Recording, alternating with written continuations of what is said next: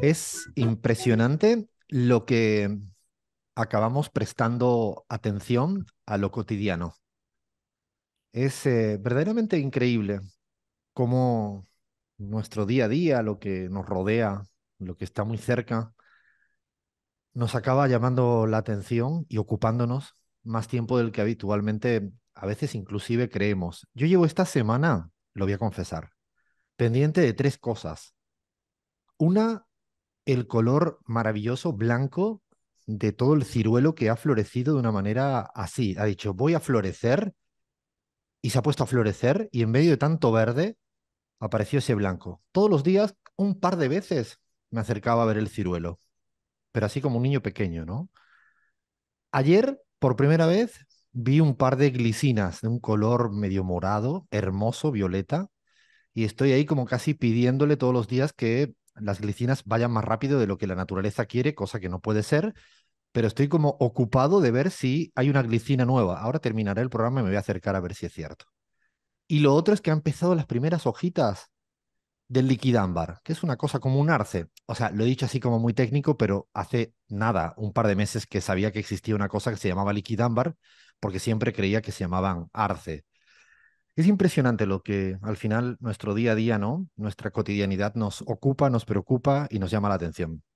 ¿Será que quizás por eso los políticos o una cierta clase política no se entera de lo que pasa en los barrios? Puede ser. Arrancamos, dale play, Fer, pon buena música, levanta esto.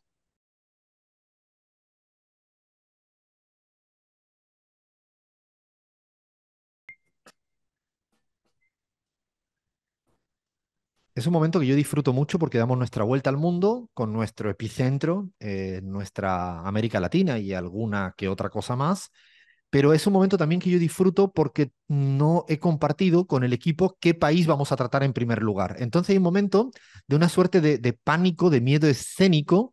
No es que es como que va a salir un avión, no sabemos a dónde va a salir el avión y el equipo no sabe si despega o no despega.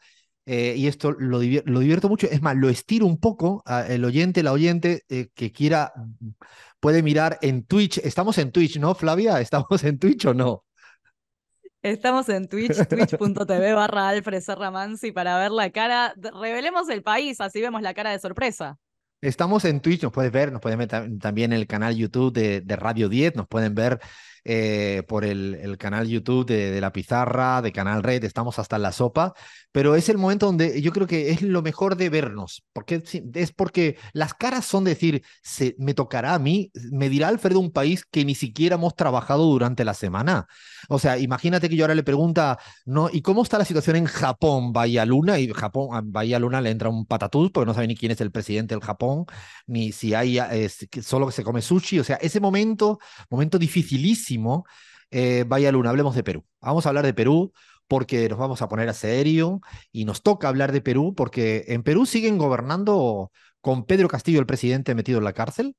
Y digo el presidente porque cada día aflora más argumentos jurídicos por parte de los abogados internacionales, desde Raúl Zaffaroni hasta Guido Crochato, hasta el propio Aníbal Torres, que fue premier, exministro de Justicia, que sigue argumentando que se cometieron todas las irregularidades para meter en la cárcel a Pedro Castillo, pero el que no está en la cárcel y está teniendo un protagonismo increíble es el presidente del Congreso, que por cierto hay que aclarar que es tal nivel de volatilidad institucional la peruana, tan sui generis, que allí eligen presidente del Congreso cada año. Lo digo porque es parte de lo convulso que es a veces el panorama o lo poco estable. Pero yo creo que hay que detenerse, Bahía, en la figura de este personaje de la derecha peruana que hoy en día preside el Congreso y que, hay que aclarar, estaría en la línea sucesoria si Dina Boluarte es, pues no sé, con estas mociones de censuras eliminada de su presidencia, cosa que yo nunca descartaría más pronto que tarde, no porque esté previsto, sino porque el Perú es así. Así que cuéntanos un poquito quién es Alejandro Soto Bahía. Efectivamente, Alfredo Alejandro Soto es una persona muy relevante hoy en día en la política peruana y fue denunciado sin repetir y sin soplar por estafa, nepotismo, que es ubicar a familiares en puestos jerárquicos y de poder, apropiarse de recursos públicos, impulsar una ley para beneficio propio y recortar el sueldo de sus propios trabajadores de despacho. Esta persona hoy tiene un lugar de presidente del Congreso, como vos bien dijiste, un lugar clave en la política peruana y además recordemos que el Congreso está controlado por la derecha y por la ultraderecha que respaldan al gobierno de Dina Boluarte y que a pesar de estas denuncias, decide sostenerlo en la presidencia. Por supuesto, hay denuncias y la izquierda está intentando o sea, excluirlo de este cargo, pero no le dan los votos, ¿no? Porque fundamentalmente la derecha controla este espacio de poder. No solo controla, sino ha ido cooptando además ciertos sectores de la izquierda peruana, y yo creo que una cantidad de prebendas, ¿no? Pareciera el mundo al revés, como dice siempre Galeano, como decía Galeano, ¿no? Alejandro Soto es el que está presidiendo con un conjunto de denuncias, irregularidades de todo tipo, muy, muy delicadas. Un hombre que además tiene un prontuario ideológico de la ultraderecha que es además el que la ultraderecha, el fujimorismo, es la que le están permitiendo a Dina Boluarte seguir siendo la presidenta títere, ¿no? Para seguir tomando las decisiones a favor de ciertos capitales internacionales, porque hay que recordar que todo esto tiene lugar cuando Pedro Castillo también intenta hacer ciertas reformas para ganar soberanía. Gaby, ¿cómo ves lo que está ocurriendo en el Perú, estando tan cerca y tan lejos?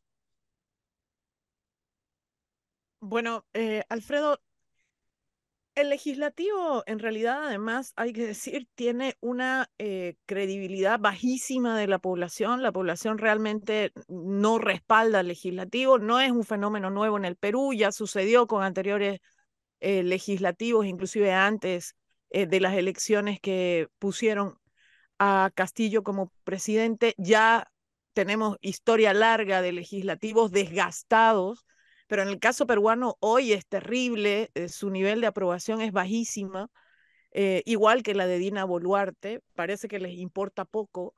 Es tan desfachatada la actitud de este presidente del Congreso que hizo aprobar una ley cuando él ya estaba siendo sancionado por un proceso penal para salvarlo de este proceso penal por haber estafado a unos empresarios de la zona de donde él proviene o tiene representación, que es Cusco. Entonces, es algo impresentable. Hace una ley, de hecho la gente le dio su nombre a esa ley porque se la hizo a medida. La ley Eh, Soto, la ley Alejandro Soto. sí, ¿Puedo es que es agregar un dato de terrible. color en relación también con lo que decía Gaby, muy cortito? Él también conducía un programa de televisión, le pagaba a los entrevistados y una vez para candidatearse como presidente del Congreso se entrevistó a él mismo. Hizo una entrevista, ¿se acuerdan? Como la del Diego, que se entrevistaba él mismo. Bueno, se preguntaba y se contrapreguntaba a él mismo. Así que nos damos una dimensión también de cómo es este personaje, ¿no? Paramos un poco aquí la pelota y hablamos del Perú porque nos parece increíble el ostracismo, el eclipse, lo poco que se habla sobre el Perú en este nuevo gobierno. Ahora pareciera que todo es estable, que todo está bien y por eso queríamos hacer este guiño también a que sigue siendo un país muy inestable y con este tipo de presidentes al mando en el Congreso del Perú. Paramos, que ahora tenemos todavía un poquito más de Chile, de Brasil, de Gabón, de Colombia, de México. Esto sí que es una vuelta al mundo. Seguimos en la pizarra.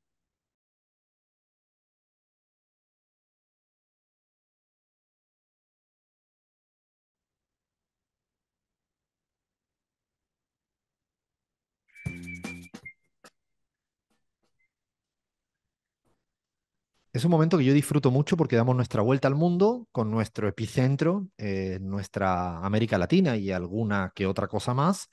Pero es un momento también que yo disfruto porque no he compartido con el equipo qué país vamos a tratar en primer lugar. Entonces hay un momento de una suerte de pánico, de miedo escénico. No es que es como que va a salir un avión, no sabemos a dónde va a salir el avión y el equipo no sabe si despega o no despega. Y esto lo divierto mucho, es más, lo estiro un poco, el oyente, la oyente que quiera puede mirar en Twitch. Estamos en Twitch, ¿no, Flavia? ¿Estamos en Twitch o no?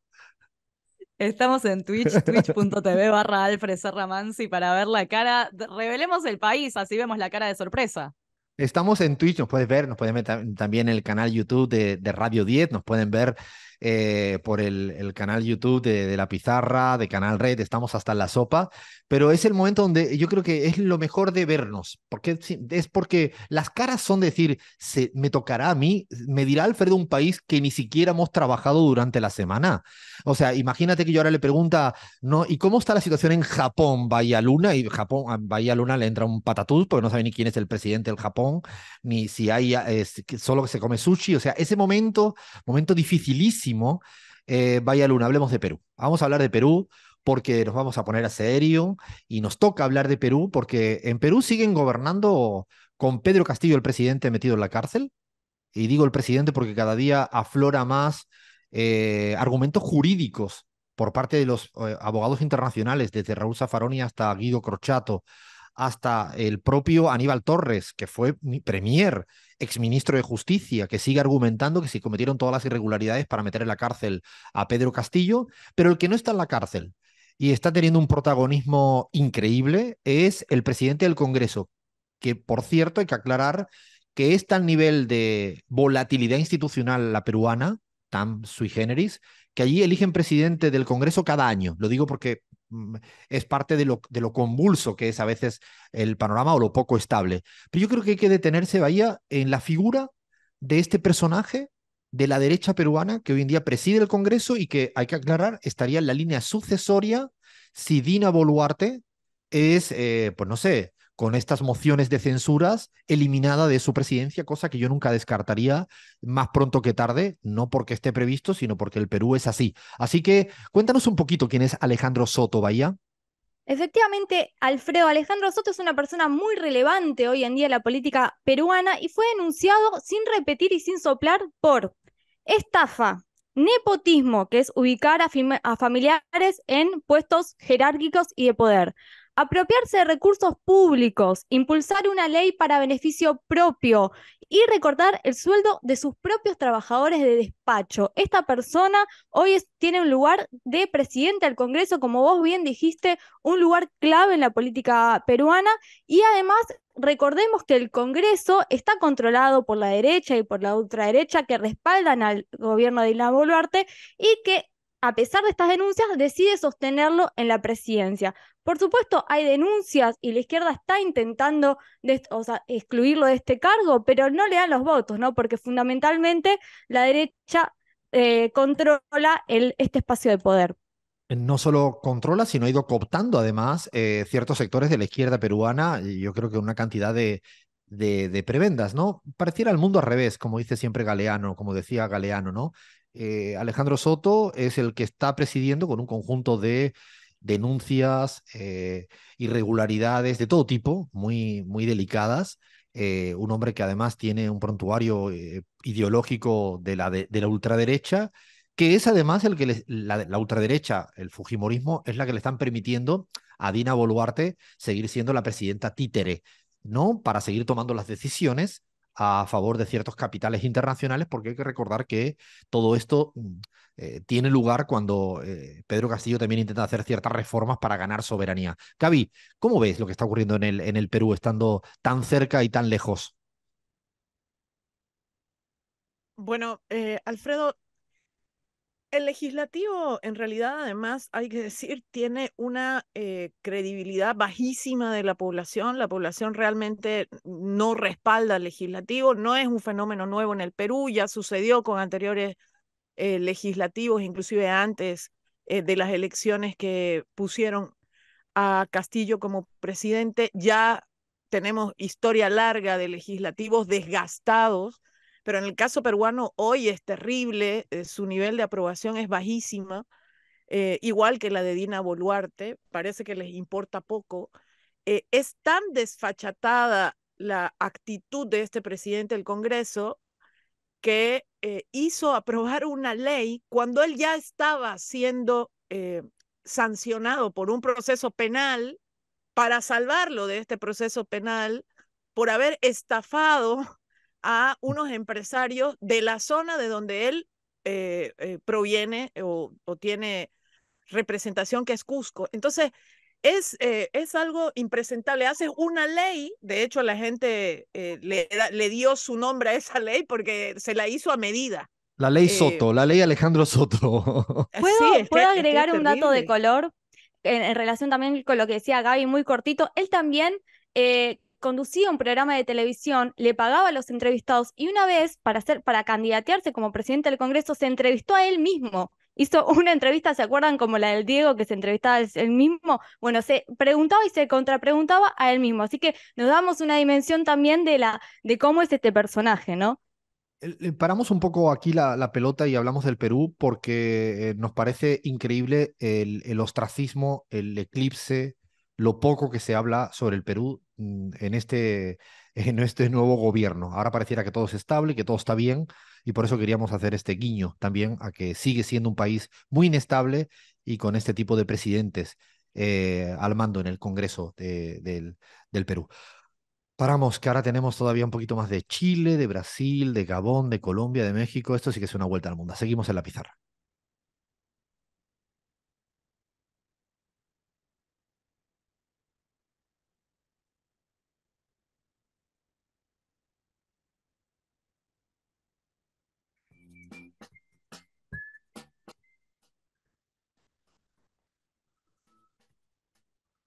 Y nos vamos para Chile. Empezamos el programa hablando de Chile con la canción de Víctor Jara.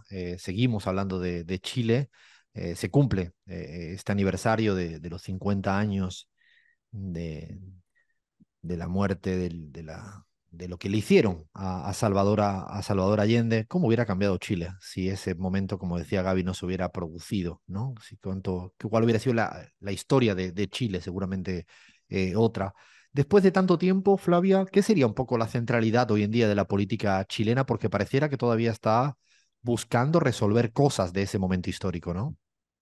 Bueno, efectivamente, Alfredo, como decís, todavía se están buscando resolver cosas 50 años después, pero además todavía no se están poniendo de acuerdo ni siquiera para firmar una declaración conjunta, izquierda, derecha, clase política, para repudiar, ¿no?, lo que sucedió 50 años atrás.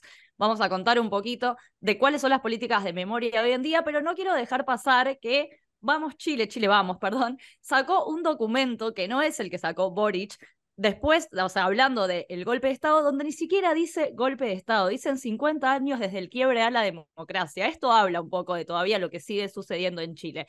Pero para no irnos solo a esa parte, para hablar un poco de sí las políticas de memoria, vamos a hablar de qué se está haciendo cargo el gobierno ahora, que es un poco de estas políticas nuevas que, bueno, de volver a hablar de la memoria en Chile, ¿no? El ministro de la Secretaría General de la Presidencia de Chile, Álvaro Elizalde, y el ministro de Justicia, Luis Cordero, presentaron el martes pasado la agenda legislativa del gobierno en materia de derechos humanos y yo creo, Alfredo, y acá te pido también que intervengas, que opines, que se vienen algunos cambios, ¿no? Tienen en esta agenda legislativa la idea de tipificar delitos de desaparición forzada y ejecución extralegal, un plan nacional de memoria y patrimonio, eliminar la restricción de información sobre leyes dictadas bajo carácter secreto de todas las cosas que sucedieron en la dictadura.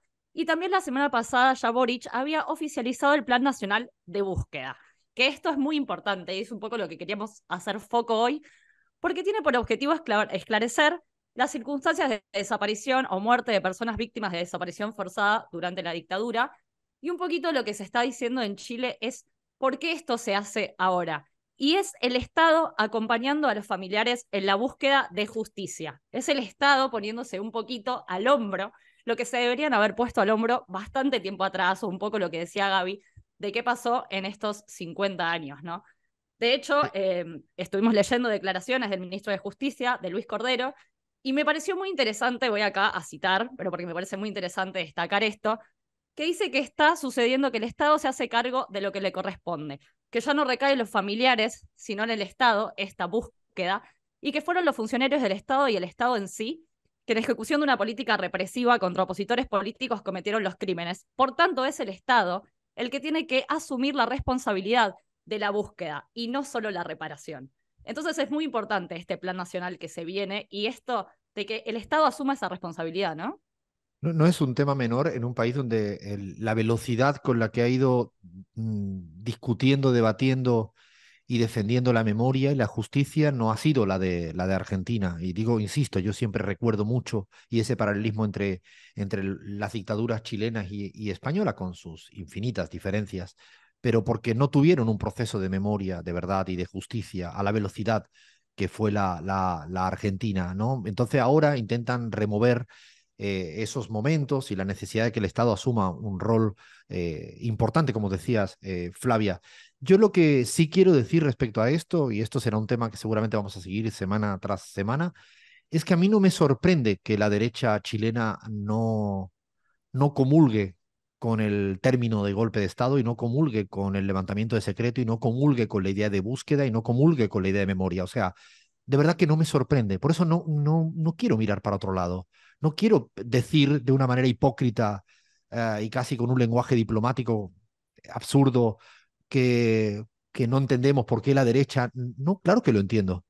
Sí, sí, sí, claro que entiendo, perfectamente entiendo que la derecha argentina esté intentando hacer revisionismo histórico. Lo entiendo perfectamente. ¿Cómo no voy a entender eso? ¿Cómo no voy a entender, pues, si son en gran medida, algunos son hijos e hijas, algunos son, pero además lo más interesante es que creen ideológicamente en eso. Por lo tanto, no entiendo por qué tenemos que decir que es extraño. Lo que hay que discutir son las ideas. No es tan extraño, es condenable, claro, sí, es una discusión. Pero lo digo porque a veces cuando uno dice que no tienen por qué hacerlo o no entendemos por qué lo hacen, no, yo entiendo perfectamente por qué una persona que defiende los privilegios para unos pocos está a favor de un sistema de dictadura como la chilena o como la argentina o como la española o como la que han sucedido en tantos lugares de América Latina. Quiero ser muy contundente de esto porque creo que se abre en la Argentina un debate hacia adelante y no va a ser posible con una defensa diciendo no los entendemos, no puede ser. No, sí es un hecho político. Existe gente ideológicamente que están de acuerdo y hay que hablarlo y hay que discutirlo. Quiero decirlo vehementemente porque ya he escuchado estas semanas demasiado respecto a este tema en la Argentina y me parece que me provocaba por lo que está ocurriendo en Chile, ¿no? Y además seguramente también es inacabada la lucha a favor de la memoria, la verdad y la justicia en la Argentina. Es decir, casi voy a decir algo, ¿por qué no aprovechamos este momento que abrieron esto para seguir avanzando en materia de memoria, verdad y justicia? ¿Por qué no afrontar la situación política tal como viene? No sé por qué tenemos que siempre estar con miedos a las discusiones. Lo digo sin filtros porque no me sale hacerlo con filtro y con cuidados. Me sale muy de adentro. No sé, Gaby, cómo ves todo este tipo de discusiones que seguramente has visto en Chile y que estás viendo en la Argentina. Bueno, Alfredo, una de las cosas que me prometí a mí misma cuando estuve en Argentina asilada durante un año es que esos procesos de debatir permanentemente y que aprendimos de las abuelas de Plaza de Mayo, de las madres de Plaza de Mayo, y que seguimos aprendiendo todos los días. Y por eso ahí uno termina de hacer clic cuando las vuelve a escuchar, cuando las vuelve a ver a esas mujeres y dice, claro, el proceso de hacer memoria, verdad y justicia es un proceso de todos los días, es una discusión de todos los días, es una confrontación con la ultraderecha que va a seguir intentando justificar la utilización de la fuerza contra las ideas, de naturalizar además hechos que parecieran que ya los habíamos dejado atrás, pero no los dejamos atrás. Porque todos los días en la televisión argentina, entre la televisión boliviana, en la televisión chilena, en la televisión ecuatoriana, se justifica que hay personas que sería mejor que no estén, ¿no? Y cuando se dice sería mejor que no estén, se está justificando la violencia contra esas personas, la violencia contra esas ideas. Y eso es lo que hicieron los fascistas. Antes, siguen haciendo hoy y harán mañana. Y pues la batalla tendrá que ser, fue antes, será hoy y tendrá que ser mañana. Es una batalla permanente, ¿no? Creo que nos venía, o sea, nos evocaba lo que planteabas, Flavia, ¿no? De una discusión para mí que nunca es acabada en ningún sitio. De hecho, siempre creo que cuando vienen estas discusiones hay que ver si das dos pasos al frente en materia de memoria, verdad y justicia, porque es inacabado, siempre es inacabado este proceso, más allá que esto no contradice los grandes logros en el mundo que ha conseguido Argentina en materia de avances en derechos humanos y en lucha. No, no hay la menor duda, pero que queda, seguro que queda. Y si aparecen esta gente, digo, esta gente que piensa como piensa, hay que afrontarlo, hay que discutirlo, no, no queda otra. A mí me da miedo que no discutamos las cosas porque digamos que no, no entendemos. Ahora ya estamos discutiendo de la dolarización en la Argentina.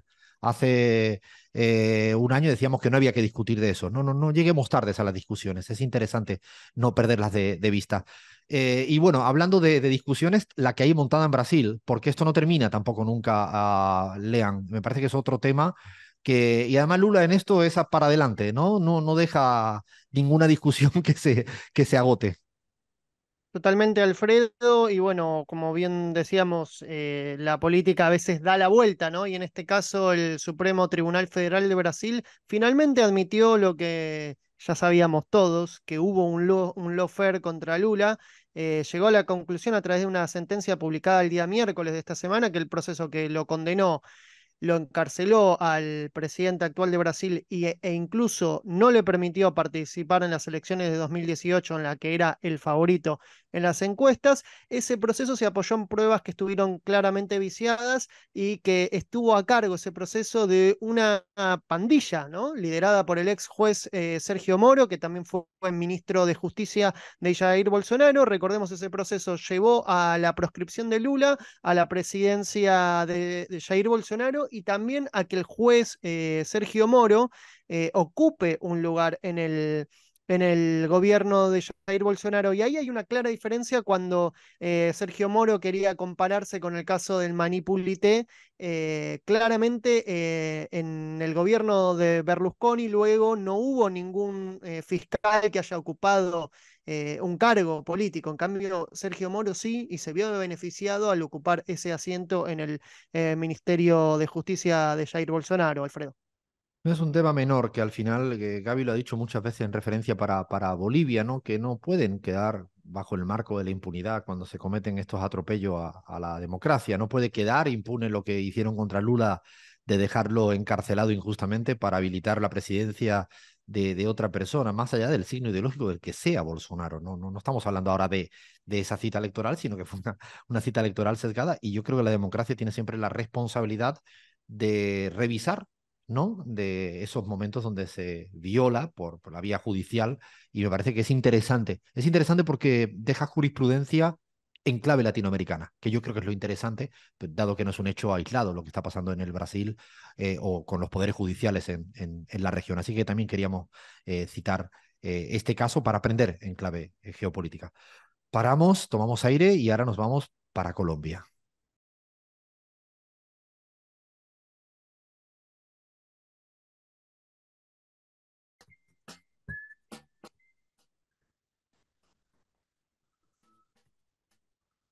Y nos vamos para Chile. Empezamos el programa hablando de Chile con la canción de Víctor Jara.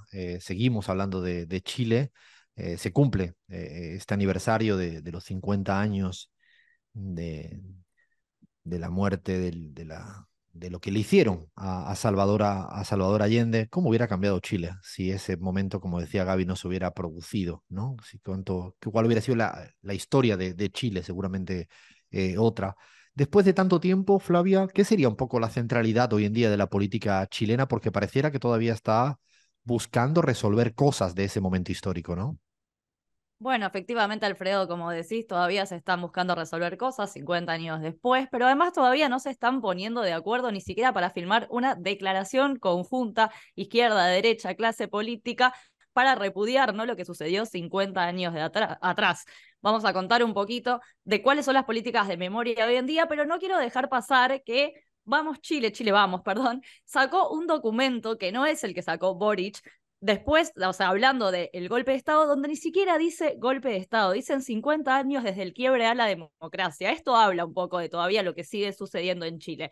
Pero para no irnos solo a esa parte, para hablar un poco de sí, las políticas de memoria, vamos a hablar de qué se está haciendo cargo el gobierno ahora, que es un poco de estas políticas nuevas que, bueno, de volver a hablar de la memoria en Chile, ¿no? El ministro de la Secretaría General de la Presidencia de Chile, Álvaro Elizalde, y el ministro de Justicia, Luis Cordero, presentaron el martes pasado la agenda legislativa del gobierno en materia de derechos humanos y yo creo, Alfredo, y acá te pido también que intervengas, ¿qué opinas? Que se vienen algunos cambios, ¿no? Tienen en esta agenda legislativa la idea de tipificar delitos de desaparición forzada y ejecución extralegal, un plan nacional de memoria y patrimonio, eliminar la restricción de información sobre leyes dictadas bajo carácter secreto, de todas cosas que sucedieron en la dictadura, y también la semana pasada ya Boric había oficializado el Plan Nacional de Búsqueda, que esto es muy importante y es un poco lo que queríamos hacer foco hoy, porque tiene por objetivo esclarecer las circunstancias de desaparición o muerte de personas víctimas de desaparición forzada durante la dictadura, y un poquito lo que se está diciendo en Chile es por qué esto se hace ahora. Y es el Estado acompañando a los familiares en la búsqueda de justicia. Es el Estado poniéndose un poquito al hombro lo que se deberían haber puesto al hombro bastante tiempo atrás, o un poco lo que decía Gaby, de qué pasó en estos 50 años, ¿no? De hecho, estuvimos leyendo declaraciones del ministro de Justicia, de Luis Cordero, y me pareció muy interesante, voy acá a citar, pero porque me parece muy interesante destacar esto, que dice que está sucediendo que el Estado se hace cargo de lo que le corresponde, que ya no recae en los familiares, sino en el Estado, esta búsqueda, y que fueron los funcionarios del Estado y el Estado en sí, que en ejecución de una política represiva contra opositores políticos cometieron los crímenes. Por tanto, es el Estado el que tiene que asumir la responsabilidad de la búsqueda y no solo la reparación. Entonces es muy importante este plan nacional que se viene y esto de que el Estado asuma esa responsabilidad, ¿no? No, no es un tema menor en un país donde la velocidad con la que ha ido discutiendo, debatiendo y defendiendo la memoria y la justicia no ha sido la de Argentina. Y digo, insisto, yo siempre recuerdo mucho y ese paralelismo entre las dictaduras chilenas y española con sus infinitas diferencias, pero porque no tuvieron un proceso de memoria, de verdad y de justicia a la velocidad que fue la Argentina, ¿no? Entonces ahora intentan remover esos momentos y la necesidad de que el Estado asuma un rol importante, como decías, Flavia. Yo lo que sí quiero decir respecto a esto, y esto será un tema que seguramente vamos a seguir semana tras semana, es que a mí no me sorprende que la derecha chilena no comulgue con el término de golpe de Estado y no comulgue con el levantamiento de secreto y no comulgue con la idea de búsqueda y no comulgue con la idea de memoria. O sea, de verdad que no me sorprende. Por eso no quiero mirar para otro lado. No quiero decir de una manera hipócrita y casi con un lenguaje diplomático absurdo que no entendemos por qué la derecha. No, claro que lo entiendo. Sí, sí, sí, claro que entiendo, perfectamente entiendo que la derecha argentina esté intentando hacer revisionismo histórico. Lo entiendo perfectamente. ¿Cómo no voy a entender eso? ¿Cómo no voy a entender pues, si son en gran medida, algunos son hijos e hijas, algunos son, pero además lo más interesante es que creen ideológicamente en eso. Por lo tanto, no entiendo por qué tenemos que decir que es extraño. Lo que hay que discutir son las ideas. No es tan extraño, es condenable, claro, sí, es una discusión. Pero lo digo porque a veces cuando uno dice que no tienen por qué hacerlo o no entendemos por qué lo hacen, no, yo entiendo perfectamente por qué una persona que defiende los privilegios para unos pocos está a favor de un sistema de dictadura como la chilena o como la argentina o como la española o como la que han sucedido en tantos lugares de América Latina. Quiero ser muy contundente de esto porque creo que se abre en la Argentina un debate hacia adelante y no va a ser posible con una defensa diciendo no los entendemos, no puede ser. No, sí es es un hecho político. Existe gente ideológicamente que están de acuerdo y hay que hablarlo y hay que discutirlo. Quiero decirlo vehementemente porque ya he escuchado estas semanas demasiado respecto a este tema en la Argentina y me parece que me provocaba por lo que está ocurriendo en Chile, ¿no? Y además seguramente también es inacabada la lucha a favor de la memoria, la verdad y la justicia en la Argentina. Es decir, casi voy a decir algo, ¿por qué no aprovechamos este momento que abrieron esto para seguir avanzando en materia de memoria, verdad y justicia? ¿Por qué no afrontar la situación política tal como viene? No sé por qué tenemos que siempre estar con miedos a las discusiones. Lo digo sin filtros porque no me sale hacerlo con filtro y con cuidados. Me sale muy de adentro. No sé, Gaby, cómo ves todo este tipo de discusiones que seguramente has visto en Chile y que estás viendo en la Argentina. Bueno, Alfredo, una de las cosas que me prometí a mí misma cuando estuve en Argentina asilada durante un año es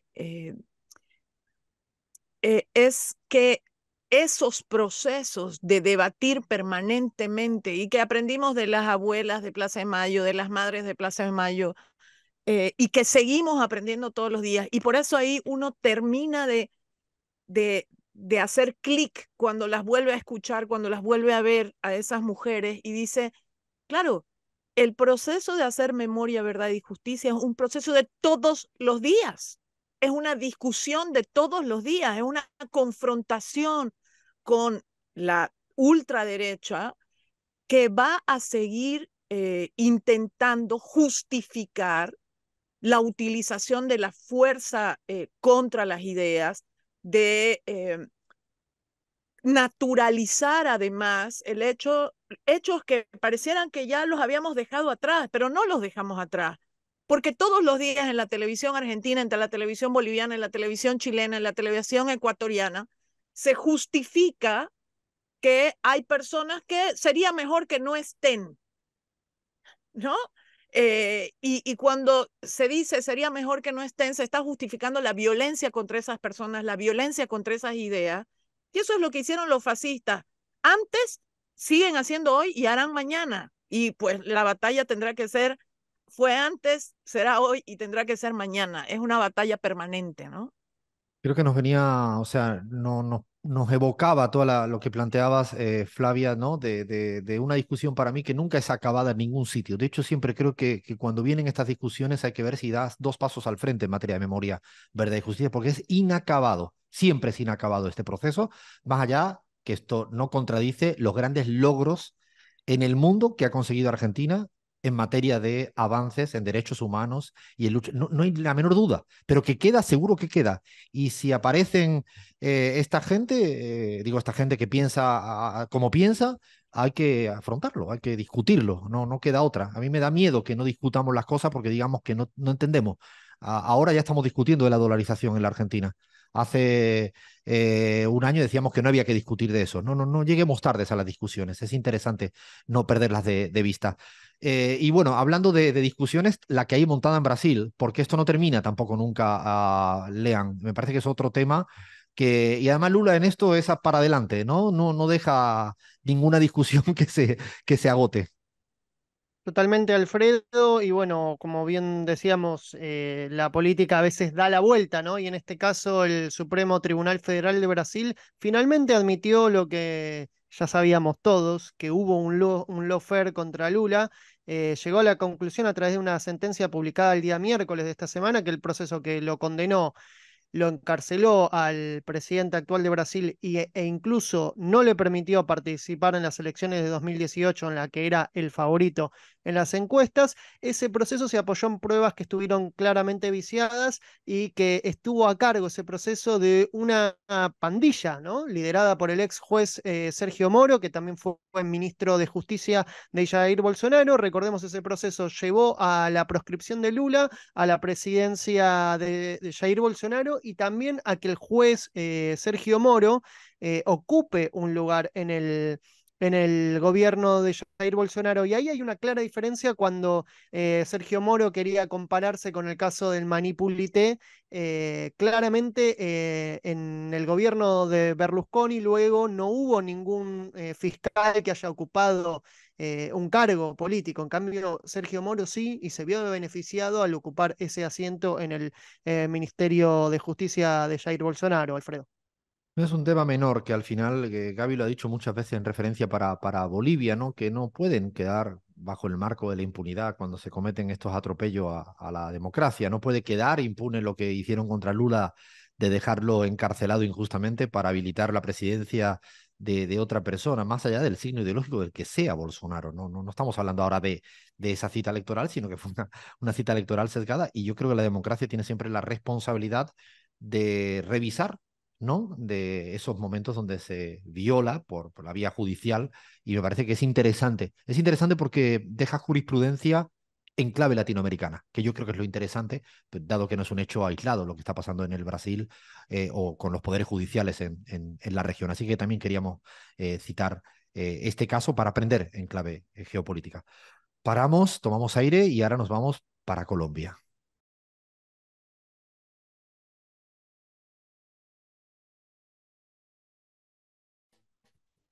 Este es de mis preferidos, no puedo disimularlo, es que me sale, ¿sabes? Que la sonrisa me sale cuando... No, no es que el resto no sean de mis preferidos, ¿eh? Bahía, no estoy hablando mal de Uruguay, porque me voy a Uruguay. ¿Tú sabes, Bahía, que me voy a Uruguay Ya la te- semana esta? Por supuesto que los estaba esperando que lo digas, Alfredo. Este Me parece un momento, este gran era tu momento, momento. es el Y momento. sí, nos Bueno, vamos a Uruguay. Bueno, uruguayos, nos- uruguayas, atentis, el lunes. atentis, atentis, que el lunes vamos a compartir una charla con todo aquel que quiera acercarse por allá. Creo que el lugar se llama Casa Vieja, en la calle Sarandí, en el centro histórico de El, Montevideo. claro, el barrio es Casa Vieja, el lugar se llama Recreo, Ah, están perdón, en las eso. redes sociales, el lugar El sí, sí, recreo, recreo. Ahora lo vamos a poner en claro. nuestras redes sociales de la pizarra. Vamos a estar charlando de lo que sabemos o de lo que creemos que sabemos, que es de esta América Latina en disputa. Voy ahí con mi gran amigo Guillermo Glietti, si no se me pierde en el barco. Y también voy a estar con Pablo Álvarez, ¿no? Un amigo uruguayo del Frente Amplio, exdiputado, una persona que sabe mucho. Así que vamos a hablar de Argentina, de Bolivia, de Ecuador, de Colombia, de México. Están todas y todos invitados el lunes 7:30 de la tarde en el Recreo, en el casco viejo de Montevideo, en la calle Sarandí al 300. Así que ahí no tienen pérdida y ahí vamos a estar para que nos puedan hasta insultar, siempre y cuando no me llamen gallego, porque me van a encontrar una parte muy fea de mí, que esa no es linda verla, pero ahí voy a estar con el Oglietti, vamos a estar con Pablo Álvarez, charlando y conversando y analizando de América Latina. Y entre de las cosas que vamos a hablar es de Colombia. Es un país que siempre seguimos, que venimos analizando. E hicimos algo en CELAC, en el Centro Estratégico Latinoamericano de Geopolítica. Hicimos algo que creo que lo vamos a ir repitiendo cada vez más. Ya tenemos muchos pedidos. Yo creo que el próximo podría ser Bolivia, podría ser México, y es hacer una suerte de consulta a ver cómo piensa la gente más afín a un espacio político. No es una encuesta, ya lo repetimos esto en Argentina, no es una encuesta, no tiene ninguna validez estadística para inferir qué ocurre en una población, en un país, en absoluto, de ninguna manera. Lo que sí tiene es una herramienta que te permite tener como una suerte de termómetro para ver cómo piensan los que son cercanos a un espacio político, ya sea porque son votantes, porque son afines, porque son militantes o por lo que fuere. Y esta vez nos hemos ido al pacto histórico, a la Colombia humana, a lo que hoy en día lideran Gustavo Petro y Francia Márquez. Y hicimos una consulta esta semana de algunas preguntas. ¿Qué piensa la gente del proceso colombiano? ¿Qué piensa de Petro? ¿Qué piensa de Francia Márquez? No la gente que les votó no hace mucho, hace un año y algo. Bueno, y lo llamativo es que más de 5.000 personas nos contestaron en 3 días. Otra vez vuelve a haber un gran aluvión de respuestas para tener un número relativamente importante y así atrevernos a compartir con vosotras y con vosotros algunos números y ahora quiero escuchar un poco los análisis, ¿no? Bueno, lo primero es que la gran mayoría, más del 90% de este espacio afín, vamos a llamarla así, militante, cree que efectivamente Colombia está cambiando, valga el juego de palabras, ¿no? No hay una desesperanza en que Colombia está todo igual que antes, no. Hay un 92% que dice Colombia está cambiando. Cuando le preguntamos a cuál es la palabra que mejor caracteriza o describe la sensación de este primer año de gobierno de Gustavo Petro y Francia Márquez, casi el 90% es ilusión, muy por encima de decepción, que es prácticamente menos de un 10%. O sea, dicho de otro modo, la gente afín sigue estando ilusionada con el gobierno de Gustavo Petro. No ocurre siempre, ¿eh?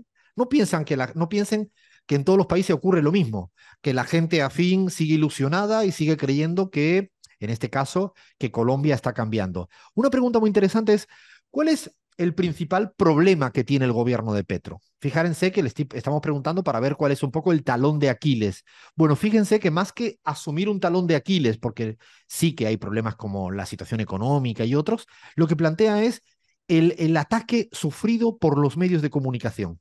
La militancia, la militancia más petrista o marquista, si caben los términos, ¿no? De la Colombia humana, están diciendo que los ataques de comunicación son los más importantes. De hecho, cuando le preguntamos quién es el principal opositor, si son los grupos económicos, si es el uribismo, si son los partidos políticos, no. La gente dice los medios de comunicación.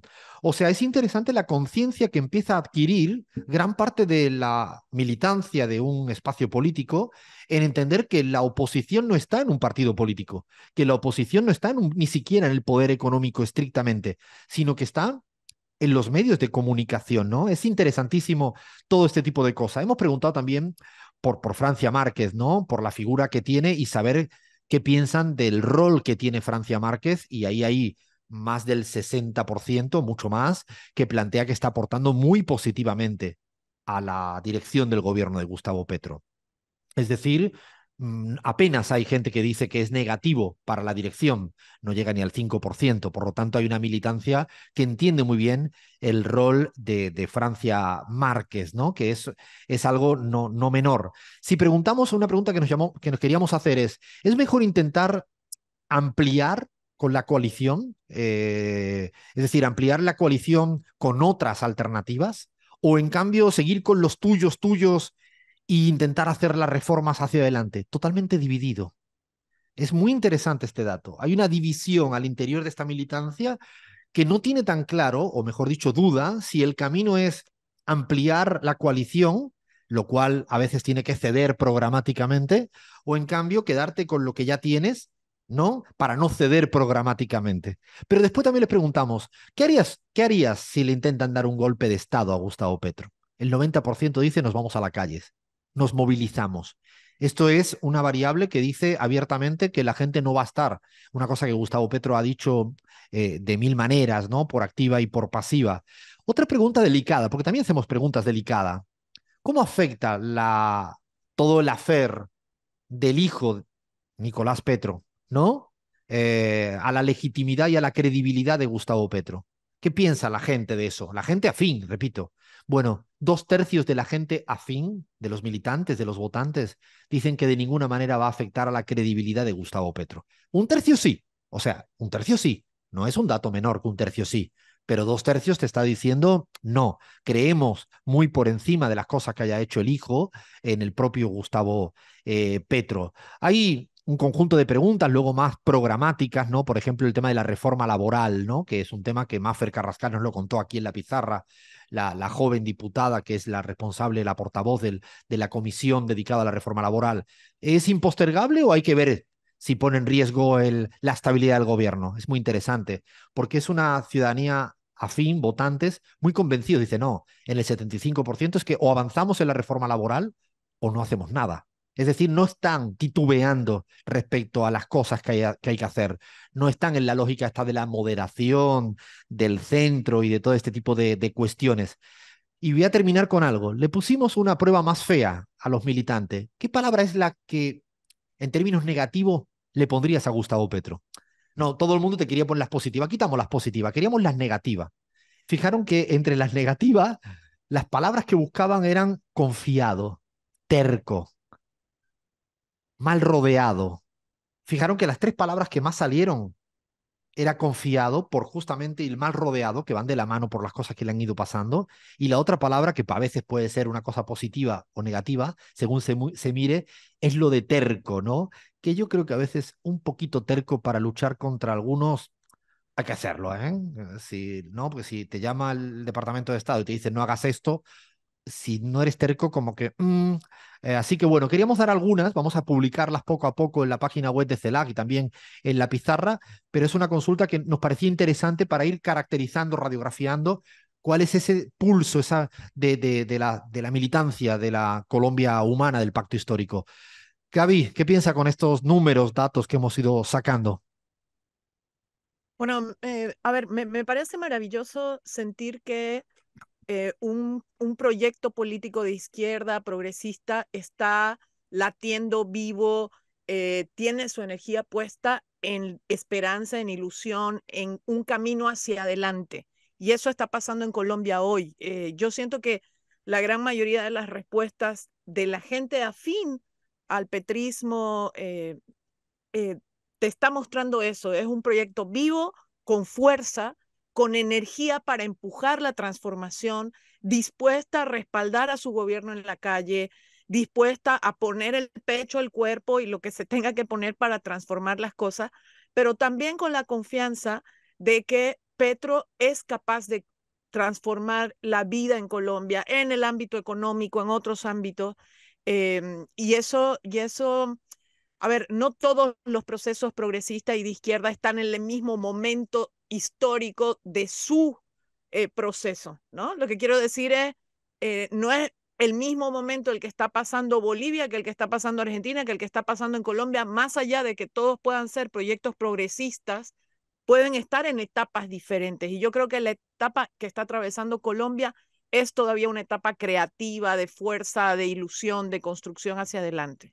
Fijaros que este ejercicio no pretende ni saber lo que piensa la calle en general, porque no es de la calle en general, ni tampoco la burbuja de ministros o de medios de comunicación o de cierta dirigencia, sino un poco es esta militancia, esta ciudadanía votante, es más proactivo, ¿no? Porque también le preguntamos, ¿cree que Petro podrá resolver el tema económico? Más de un 90% te dice que sí. ¿Podrá resolver nada más y nada menos que el tema de la paz en Colombia, que es la más complicada de todas de todos los horizontes? Hay un 75% que te dice que sí. Un poco creemos que yo sostengo un poco la tesis que planteaba Gaby, ¿no? Hay una ciudadanía militante en Colombia que todavía está creyendo mucho en este proceso y en sus referentes. Y añado algo, porque siempre me llama la atención, y lo digo para que nos haga pensar a todas y todos los navegantes. Hemos preguntado también por nombres de ministros y ministras si las conocen, esta militancia más afín. Fijaros que hay mucha gente que no tiene ni idea de estos nombres y apellidos. Lo quiero decir porque a veces uno cree que le conoce todo el mundo, no le conoce ni su propia militancia. No es una crítica a esto, sino que es habitual. Es habitual y esto es para pensar, ¿no? Muchas veces con Gaby lo hemos conversado, ¿no? Cuando incluso con Lucho Arce en Bolivia creía todo el mundo que tenía un 90% de conocimiento y en cambio tenía un 50%, a pesar de ser 11 años ministro de Economía. Lo digo porque a veces uno cree que le conoce todo el mundo porque vive en ciertas burbujas y no funciona así.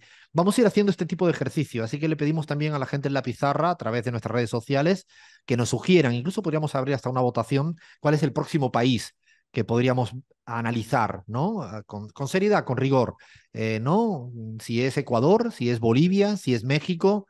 Argentina ya no lo voy a hacer otra vez, ¿eh? No, no lo pidan porque no lo vamos a hacer otra vez. No se me pongan así, pero bueno, vamos a dejarlo ahí abierto y en el aire y abrimos esto en las redes sociales a ver qué nos dicen. Paramos, viene tan informativa y ahora agárrense que viene la primera de las telenovelas, o sea, México.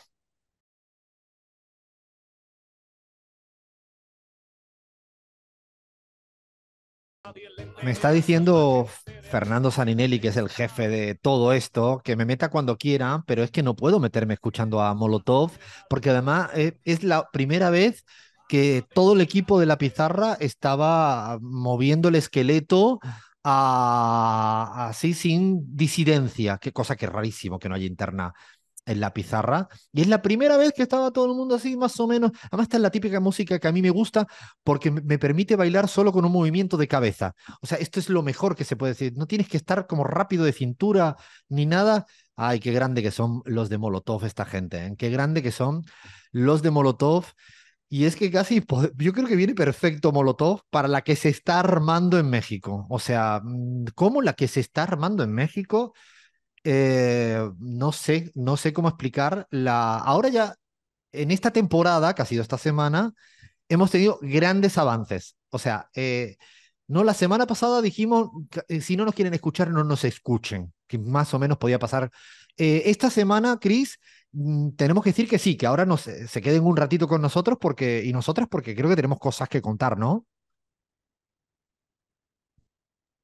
Mira, Alfredo, yo en honor a Abraham Verduga voy a hacer la que voy a dar el spoiler, básicamente, del final de temporada, y es que una mujer, muy posiblemente, muy seguramente de izquierdas, va a ser presidenta de México por primera vez en su historia, pero además el aborto es legal en todo el país. Así que buenas tardes, México, Nos porque vamos ha todos para sido... todos y todas para México, ¿eh? O sea, yo creo que ahora mismo, en este momento, se define que los micrófonos de la pizarra se trasladan a un estudio en Coyoacán.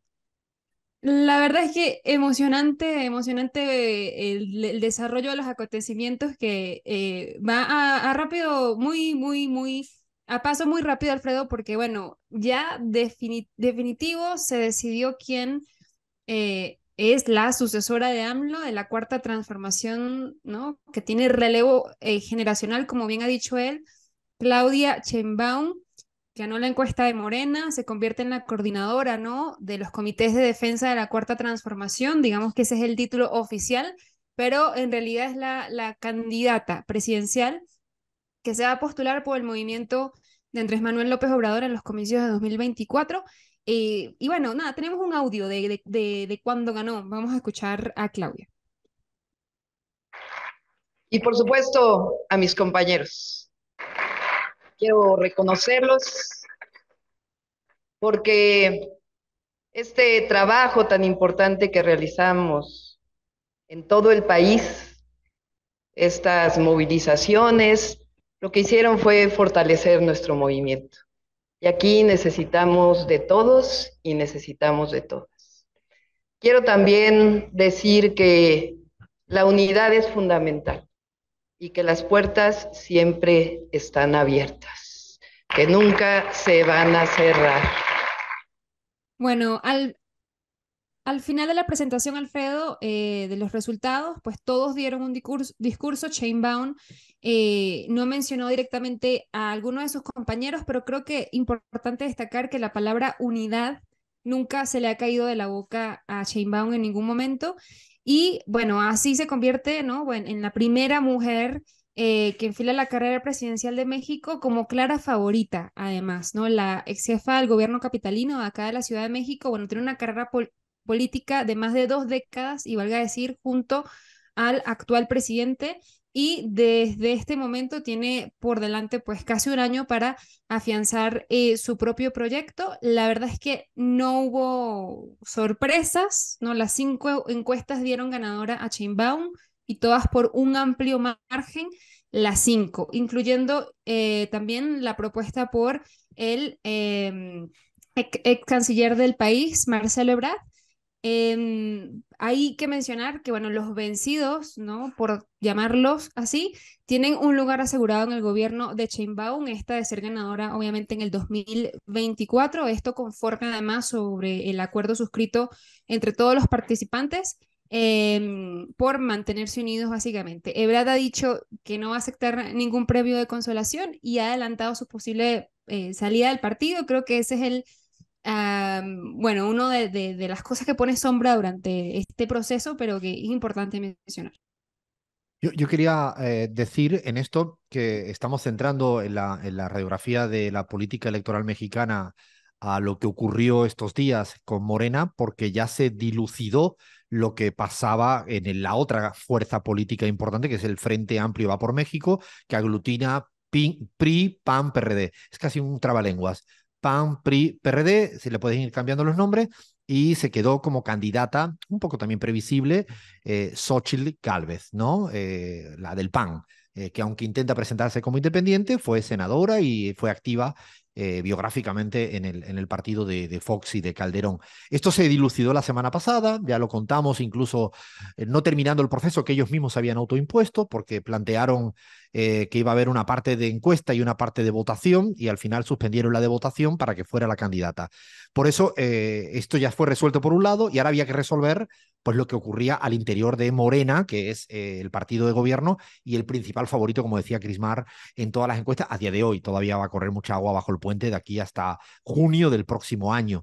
Era importantísimo ver esto, y también es clave lo que decía Crismar de que había una variedad de candidatos y candidatas, y todos aceptaban las reglas del juego, y todos tenían inclusive, el segundo tenía una responsabilidad a asumir, el tercero, así estaba previsto y así estaba firmado.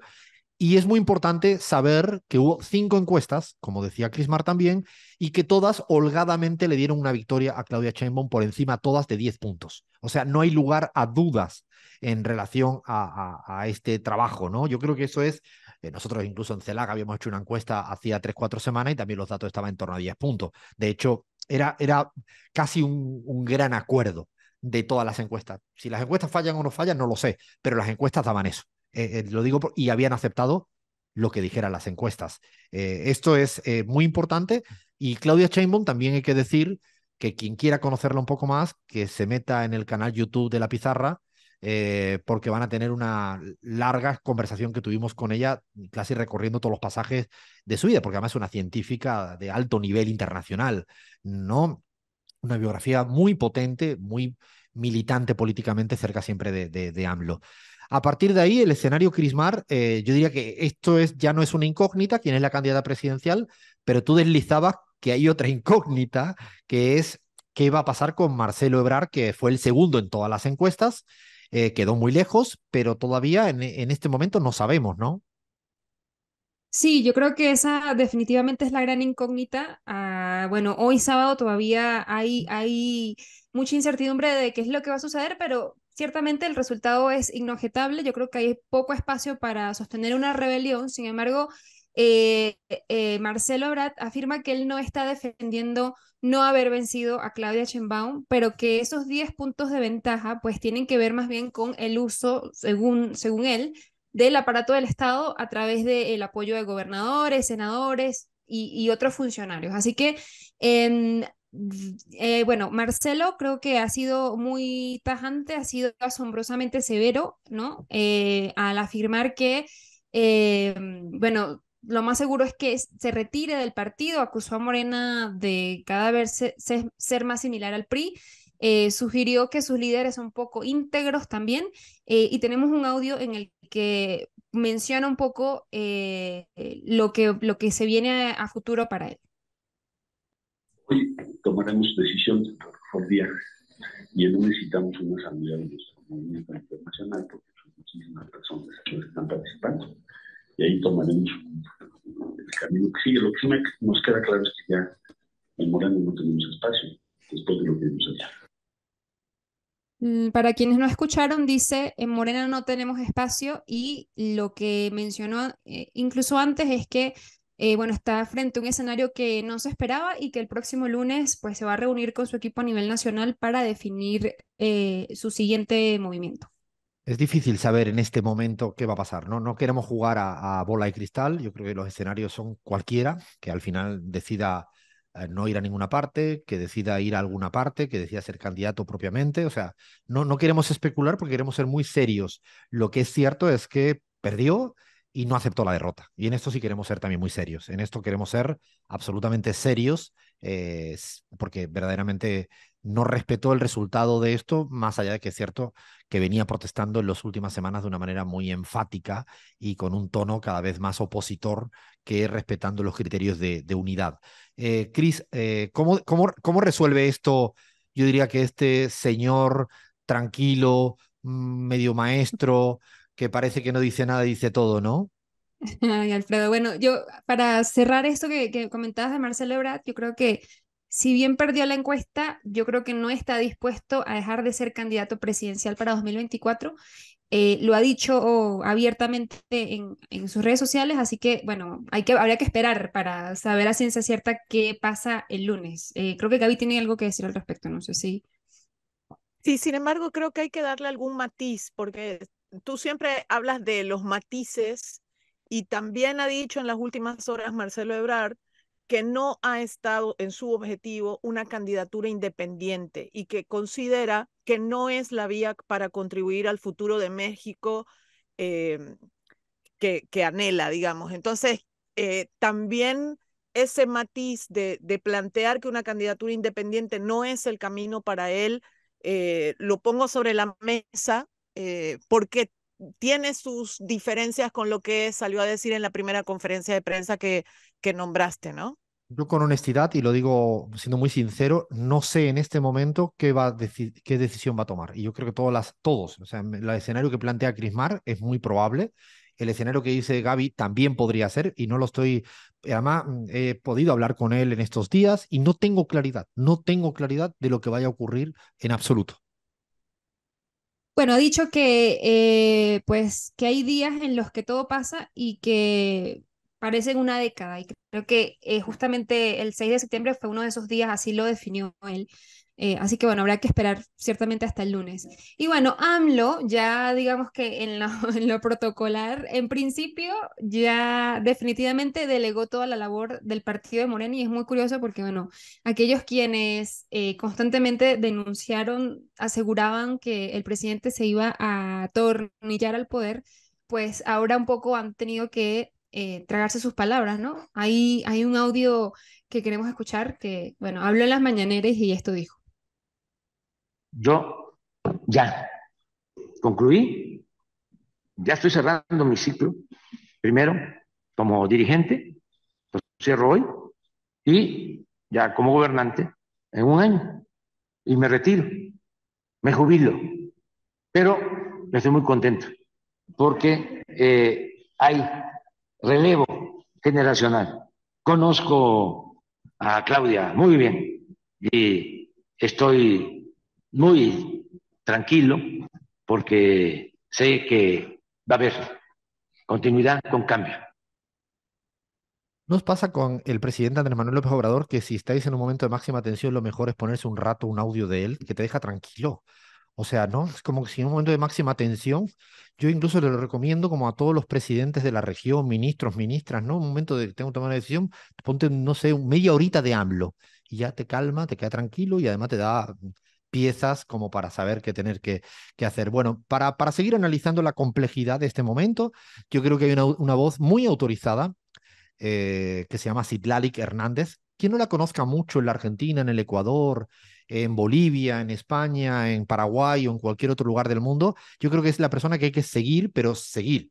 Es una mujer muy joven, es la secretaria general de Morena, tiene una locuacidad, tiene una valentía política, es una persona responsable, fundamental en la estructura de Morena y además de ser senadora. Y yo creo que lo mejor es que le hemos pedido, y ha sido muy gentil, en que nos mande un audio para intentar entender qué implica este momento histórico, político en México. Así que dale play, Fer.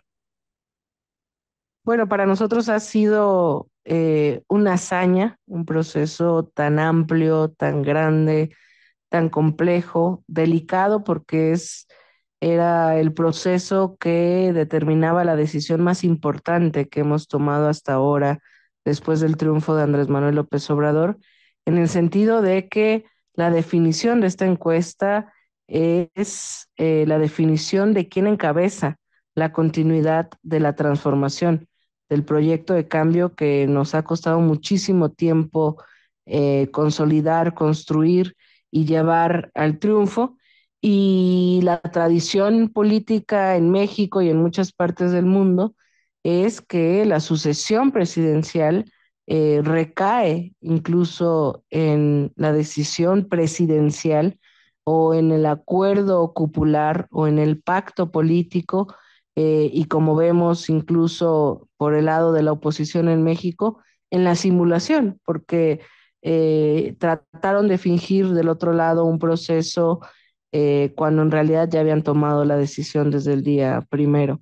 En el caso nuestro, pues se les mandató a nuestros compañeros, 4 aspirantes de Morena, un, uno del PT, uno del Partido Verde, que son nuestros aliados, recorrer el país, hablar de la cuarta transformación, compartir su visión de esta continuidad del proyecto, y sobre ello, además, ligado a su trayectoria, ligado a que el presidente López Obrador inició o provocó la reflexión en propios y extraños en el 2021 de que él se iría, no solo porque dejaría la presidencia en 2024, sino porque además ha decidido alejarse de la vida pública en cuanto acabe su mandato.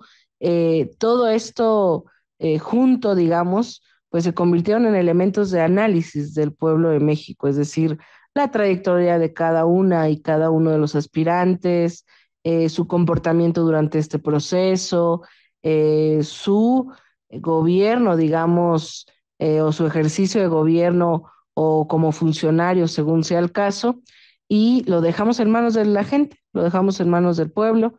La comisión de encuestas de Morena tenía a su cargo la realización de una encuesta, 2.500 cuestionarios, y 4 encuestadoras privadas propuestas por los propios aspirantes, una sorteadas, porque al final eran 6 aspirantes y solo 4 de los sorteados tuvieron la suerte, digamos, de que su propuesta fuera designada como encuestadora espejo, y así tuvimos una encuestadora privada propuesta por Marcelo Ebrard, una encuestadora privada propuesta por Adán Augusto López, una encuestadora privada propuesta por Claudia Sheinbaum y una encuestadora privada propuesta por Manuel Velasco.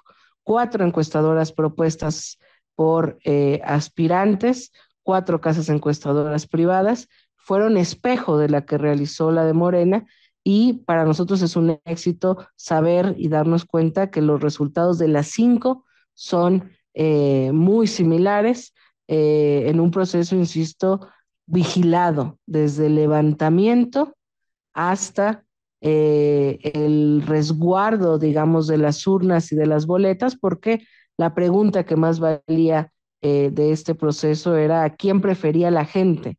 Y le pedimos que esa pregunta fuera marcada a través de una boleta. Entonces fue un proceso vigilado, transparente, profundamente democrático, y termino la reflexión. A mí me parece que con este proceso interno es el primer proceso interno partidista en México y probablemente en muchas partes del mundo, que para tomar una decisión tan importante como la continuidad de un proyecto se realiza de esta manera, lejos de los códigos tradicionales, poniendo la decisión en manos de la gente, garantizando transparencia, garantizando democracia y dejando claro que en México la política ya no se hace en lo oscurito, la política ya no se hace con las élites, la política ya no es un asunto solo de unos cuantos políticos. En México la política e incluso la decisión más importante, que es la continuidad de un proyecto de transformación, se hace con la gente, con su participación, con un pueblo consciente, con un pueblo informado, con un pueblo participante, con un pueblo que opina y con un pueblo que decide absolutamente todo, incluso quién le da continuidad al proyecto de transformación que hoy encabeza el presidente López Obrador. Han escuchado a Citlali Hernández. Es una voz muy autorizada porque es la secretaria general de Morena. Además, formaba parte de la comisión electoral de Morena. E insisto, es un referente, es una referente política fundamental hoy en día en México, y no es cualquiera. Hay otra voz también interesante, yo creo que mejor que hablemos nosotros y nosotras, es Jesús Ramírez, un amigo también de la casa, que es el ministro de Comunicación del presidente AMLO. Es el que le toca hacer todos los días las mañaneras. El que le toca lidiar con la comunicación nada más y nada menos. Bueno, es más fácil con AMLO, pero yo creo que también es interesante escuchar la versión y el análisis que nos hace para la pizarra Jesús Ramírez. Se trató de un proceso inédito en México y en la izquierda para, pues, poder definir quién podía encabezar el movimiento de transformación y, pues, continuar el cambio en México que ha iniciado el presidente López Obrador. En esa pluralidad reside su fuerza, y que, pues, optó por que fuese Claudia Sheinbaum, quien representa, pues, de manera de los 6 que estaban ahí, pues quizá la parte más cercana al origen del movimiento. Ha estado con Andrés Manuel López Obrador desde su primer gobierno en la Ciudad de México, y bueno, pues ha sido una compañera que ha encabezado movilizaciones, la defensa del petróleo, la defensa del sector energético, y bueno, pues ha sido una funcionaria muy eficaz. Se garantiza que habrá continuidad, pero también con cambio, un cambio de estilo, un cambio pues, de figura, y también, digamos, el cambio en la estafeta de la dirigencia del Movimiento de Regeneración Nacional, que ha estado impulsando los cambios en los últimos años en México. La fuerza del movimiento y del presidente López Obrador está, pues, en los sectores más bajos, y es quienes refrendan este apoyo y que son los mayoritarios de la población.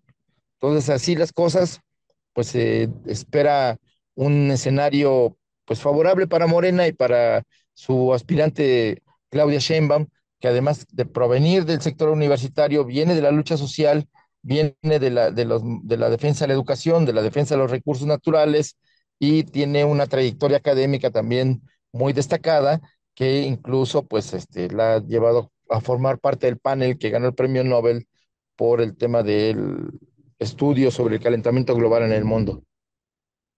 Jesús Ramírez, ministro de Comunicación del gobierno mexicano.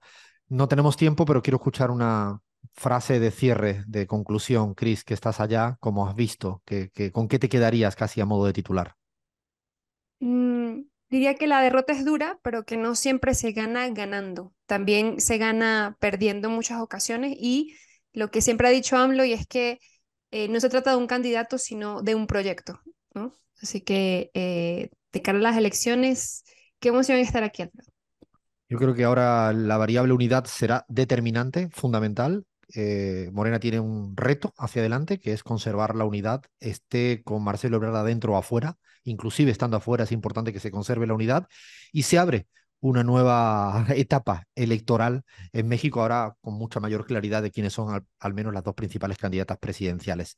Seguiremos, cómo no, contando lo que viene pasando en México, pero hoy queríamos dedicarle este apartado importante de la política latinoamericana con centro en Ciudad de México. Seguimos en la pizarra y no sé si decirlo, pero llegan las telenovelas.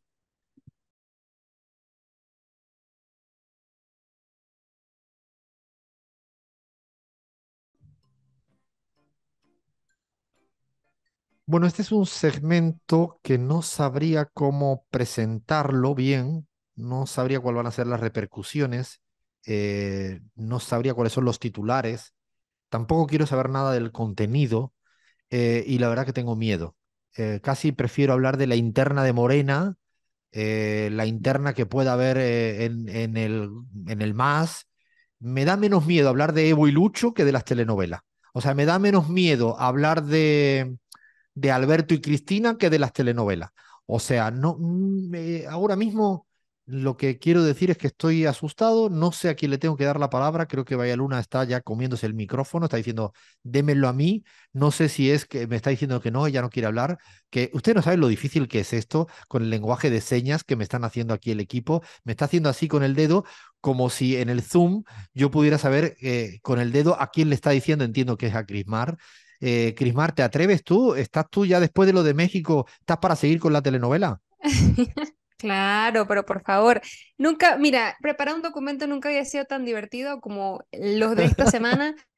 Es que, honestamente, la repercusión del fenómeno televisivo de la telenovela a nivel internacional ha sido tal, Alfredo, que yo quiero empezar, antes de como categorizar por países, porque todos y todas aquí tenemos alguna telenovela favorita, estoy segura de eso, incluyendo Leandro, es que, bueno, la repercusión ha sido tal que algunas telenovelas y sus protagonistas han logrado cuestiones impensables, han sido tratados como de la realeza de muchos países. Por ejemplo, hay una curiosidad política y es que en el 1999, en Costa de Marfil, se retrasó la hora de acudir a rezar a las mezquitas porque a las 19:30 pues se programaba una telenovela mexicana y no voy a decir cuál para ver si adivinan cuál, ¿no? Y unos años después, la protagonista de esa novela, bueno, fue recibida en Manila, en la República de Filipinas, con honores por un jefe de Estado. Pero el dato más impactante para mí fue una telenovela venezolana que se llama Casandria, aquí la voy a decir, que tuvo un papel muy relevante en la guerra de Bosnia y en toda la antigua Yugoslavia, porque, bueno, hacían un alto al fuego para que los combatientes miraran la telenovela. O Así sea, que todo esto de está esa chequeado. Espérate, repercusión, espérate, porque esto es. Alá se tuvo que parar en Costa de Marfil. ¿No? ujú, Las fuerzas armadas en pleno conflicto Bosnia, balcánico también se tuvo. O sea, imagínense de lo que estamos hablando. O sea, si ustedes quieren resolver un problema o generar un problema, ponle una telenovela a tu vida. una telenovela latinoamericana, perdóname, que Latinoamericana. haga tecnicidad ahí un Sí, poco, es pero cierto. bueno. Las turcas no. Las turcas no. Nah, no tiene. Yo son un remix aquí un poco de Latinoamérica, pero bueno, yo voy con Colombia de una a entrar y es que nosotros hicimos una encuesta, bueno, Flavia hizo una encuesta en las redes sociales y hubo, bueno, hubo sugerencias de todo tipo, pero una que se repitió muchísimo y es café con aroma de mujer. No sé si la escucharon, si la vieron. No me suena a mí, ¿eh? Esta ¿os suena al Colombiana, resto? ¿no? Es de tus tiempos, Alfredo, sí, de Que Colombia. en mis mil tiempos, pero ¿qué te novecientos cree noventa. que es? ¿Qué te cree que es mis tiempos? Pero esto de verdad. No ha podido decir los tiempos de Gaby, que es de mi el mismo año de nacimiento. Es una cosa esto. Pero bueno, Café con Aroma de Mujer ha sido por votación la más recomendada en nuestras redes sociales. Y bueno, es una producción que marcó, creo que, un hito en Latinoamérica porque involucraba como esos dos mundos que hasta el momento pues todavía no se veían en las telenovelas, el tema rural un poco, ¿no? Y también el tema como moderno, ¿no? De desarrollo de la producción. Se llevó a cabo en el corazón de las plantaciones cafeteras y ofrecía un poco como una visión muy auténtica de la cultura de los recolectores de café, que en un país como Colombia además era importantísimo. Yo creo que verla por estos días, pues hay opiniones diferentes, pero fue muy importante en su época, tan importante que fue, bueno, hecha en otros países también, en México. Creo que de hecho una versión de esta está en Netflix de momento, así que, bueno, muy importante para la cultura colombiana de telenovelas. Me gusta, ¿eh? Yo, fíjate que ahora lo que me haría falta es una telenovela ahora para todas las tardes en pleno año electoral político intenso. Me vendría Pero bien, ¿eh? yo ahí voy a introducir la interna. Si A vamos a ver, uy, hablar uy, uy, de, uy, uy, uy, uy. es que si vamos a hablar de novelas colombianas y no hablamos de Pedro el Escamoso y Betty la Fea, por favor, ¿qué nos Ah. Están, pasa? O no, sea, no, están en la lista. para mí las novelas colombianas empezaron y se terminaron en Betty la Fea y Pedro el Escamoso. De hecho, yo hacía turnos en el hospital y todos a la hora de Betty la Fea, pero también de Pedro el Escamoso, que daba despuesito del almuerzo, 2:30 de la tarde en Bolivia, nos parábamos todos y nos íbamos al cuarto de internos, que son todos los médicos que están haciendo turno, y ahí con un cafecito chiquito veíamos la novela todos y todas, apretados en un cuarto chiquitito, pero ahí no nos la perdíamos, O digamos. sea, los Bueno, es que principales opositores de Gabriela Montaño en Bolivia ya pueden decir que cuando había filas de pacientes que no estaban siendo atendidos correctamente, era porque estaba viendo Betty la Fea. A las 2:30 de la tarde no hay fila de Ah, consultorio. bueno, En está bien, ningún hospital público, está ni bien, está bien. privado, ni de ¿quién, convenio, ni de pero ningún quién no tipo. vio? ¿Quién no vio Betty la Fea? Es que la Betty la Fea y Pedro el Escamoso no necesitan una presentación, ¿no? Yo creo que lo único que se tiene que decir es que, bueno, la Betty la Fea especialmente ganó un récord Guinness como la telenovela más exitosa de la historia de la televisión. A ese punto estamos hablando, fue doblada en más de 25 idiomas, reproducida en más de 180 países y sabemos de qué habla, un trasfondo, bueno, hay de una sociedad desigual, habla un poco de, también de la lucha de clases y del Pedro el Escamoso, pues yo no sé si la vieron. Yo no. Betty la Fea sí, pero el otro no lo vi. Bueno, Pedro el Escamoso, para resumir y que Bahía pueda hablar de Argentina, que ya yo sé que quiere, eh, cuenta la historia de un hombre que, bueno, es muy curioso porque se aleja como mucho de la típica historia del galán de telenovela colombiana, ¿no? O sea, no es rico, no es guapo, no se viste bien y de paso no baila bien. Creo que todo el Estamos mundo absolutamente empatizados, ¿no, El, Leán? el pasito de Pedro del el pirulino. Escamoso. Buen corte No, de no. pelo igual, lo banco. Pues, Bueno, ahí. El bueno, corte de pelo de Héctor instauró Bellerín. fashion, ¿eh? Pero además creo que, bueno, era un mujeriego empedernido que llega a Bogotá, escapando de su pueblo natal, justamente a raíz de un problema de faldas que le dicen. Así que, bueno, también otras cuestiones ahí un poco idiosincráticas de la cuestión latinoamericana. Y yo creo que para cerrar ya Colombia, yo no sé, una de mis telenovelas favoritas, además con el soundtrack, que no lo tengo, pero me encanta, es en Las Juanas. ¿Tampoco vieron Las Juanas? No, yo no he visto eso. No, pero... Aquí, ¿esta cuál es? ¿No? Tú, por No, favor. Dios mío, bueno, es una novela colombiana que también rompió récord, perdón, Bahía, tengo que decirlo, pero es que es una madre que, bueno, tuvo hijos con diferentes hombres, pero ninguna de ellas se conocen. Entonces, Juana Valentina, Juana Caridad, Juana Mani, esos ya son Bautista y nombres Matilde. serios. Son nombres serios de novela, de Por telenovela. favor, escuchen la canción, se llama Las Juanas. Les invito a que, muy cordialmente, que lo hagan y a que vean la novela también.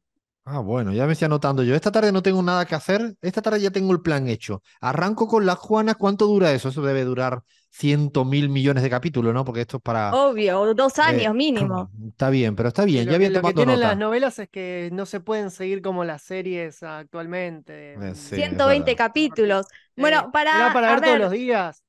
pasemos de Colombia porque si no, las y los oyentes nos van a asesinar. Entonces, vamos con Bueno, no, no, no, no, Brasil. no, no. Los No oyentes no voy te van a, a asesinar. sí, Brasil, porque menos mal. son muy duros. Nuestros oyentes son muy leales, son fieles, pero nos exigen, vamos con Brasil porque hay dos que son fundamentales. No voy a hablar de Argentina todavía. Avenida Brasil, Ambición, Crueldad y Venganza.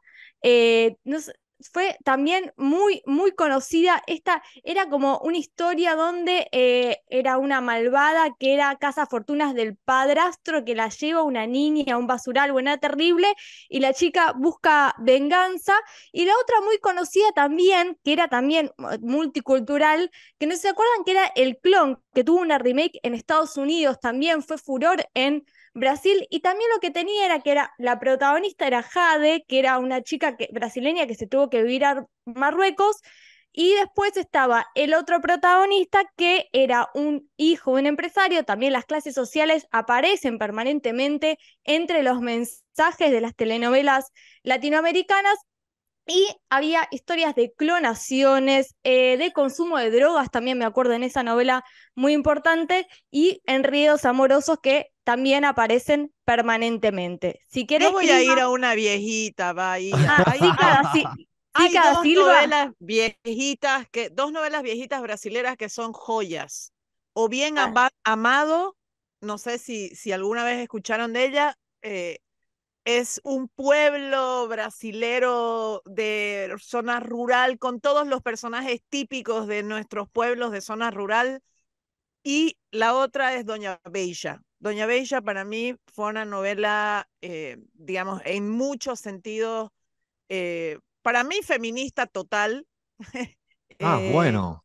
Esa, sí, esa sí. yo recuerdo a mi mamá y mi papá viéndola y alguna vez me tragaba algún capítulo porque te Bueno, pero es enganchaba. que es la historia de una mujer prostituta que logra convertirse en ejercer el poder sobre una sociedad desde ese lugar. Y bueno, hay una imagen que es muy famosa, que es Doña Beija en un caballo blanco, Ah, desnuda. sí, sí, sí, sí. Y bueno, esas dos clásicas de las novelas brasileras no podía no decirlas, por favor. No, no, yo esa pero sí, además ahora me hiciste recordar, no me acordaba bien, pero sí, sí, sí, sí. Una pregunta que tengo tonta antes de que es, la de los ricos también lloran, ¿de dónde es? ¿Mexicana es? Es Mexicana, ¿no? mexicana, es Ah, bien. mexicanísima, es un Es dramón un mexicano, como dramón, madre mía, qué dramón, qué no, no, es dramón. que En Argentina estaba Los ricos no piden permiso, que era como la remake medio segunda marca de esa, me parece. sí, porque es que Los ricos también lloran, es igualmente por ahí de tu época, Alfredo, del No, no, no, Cris, por favor, 1979. ¿cómo se le llama esto? Es bullying, esto se le llama. Y creo O, que marca, Alfredo Alito, un poco o sea, marca la pauta de las clásicas telenovelas mexicanas que siempre caían un poco en la historia de una chica muy pobre que se enamoraba de un hombre muy es rico, verdad, ¿no? es Creo verdad, que es era verdad. muy, muy cliché, pero que además dio origen a la trilogía de las Marías, María Mercedes, Marimar, María la del Barrio, todas protagonizadas por Thalía, conocemos a Thalía, Claro, y sí. que por las cuales, bueno, Costa de Marfil paraba los rezos a las mezquitas porque querían ver la telenovela, o sea, así Hombre, de es que entre grande fue. un rezo respetando todas las religiones, pero entre un rezo y una telenovela, o sea, perdóname, ¿eh?